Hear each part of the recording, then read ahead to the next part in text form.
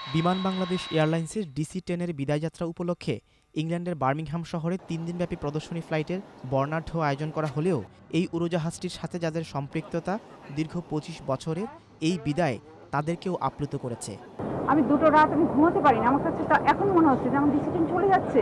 পুরানোরা চলে যাবে, নতুনরা আসবে, এটাই স্বাভাবিক। এভাবে আমাদেরকে মানতে হবে। বৈমানিক হিসেবে কাজ করতে বিভিন্ন রকম অভিজ্ঞতা, বিভিন্ন রকম এক্সাইটমেন্ট, কলিগদের সাথে বিমানে থাকা, হোটেলে থাকা, উড্ডয়নের সময় দুর্যোগ আবহাওয়ার জন্য বা কুয়াশার জন্য ওঠানামা, মোটামুটি এক্সাইটমেন্ট, সেই এক্সাইটমেন্টটা থাকবে না। আমরা আজকে 3টা ফ্লাইট পরিচালনা করলাম।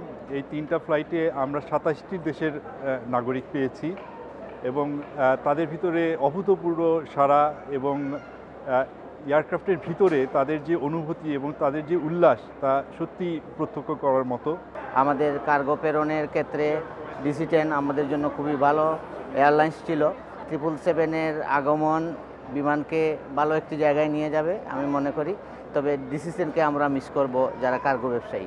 তবে শেষবারের মতো উড্ডয়নের পর DC-10 যুক্তরাষ্ট্রের সিয়াটল কিংবা ইংল্যান্ডের ল্যাঙ্কাশায়ারের ব্রন্টিংথ্রপ মিউজিয়ামে গেলে হয়তো বাংলাদেশের নামটি বিশ্বের ভ্রমণ পিপাসু পর্যটকদের কাছে চিরস্মরণীয় হতে পারত। কিন্তু DC-10 বাংলাদেশে ফিরিয়ে নিয়ে ভেঙে ফেলার উদ্যোগ নিতে যাচ্ছে বিমান বাংলাদেশ এয়ারলাইন্স। কেন এই সিদ্ধান্ত জানতে চাইলে বিমানের ব্যবস্থাপনা পরিচালক Kevin Steel. This aircraft has to stop flying before the end of May.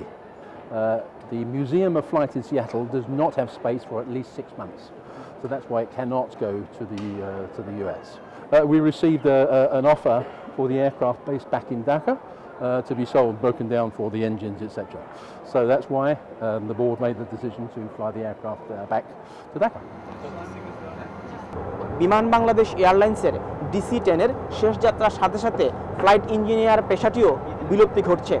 আমার পিছনে যে ফ্লাইট ইঞ্জিনিয়ারিং প্যানেলটি দেখতে পাচ্ছেন, সেই পেশায় যারা কর্মরত রয়েছেন তারা হয় অবসরে যাবেন অথবা অন্য পেশায় নিযুক্ত হবেন। বার্মিংহাম থেকে Tanvir Ahmed, channel S television news.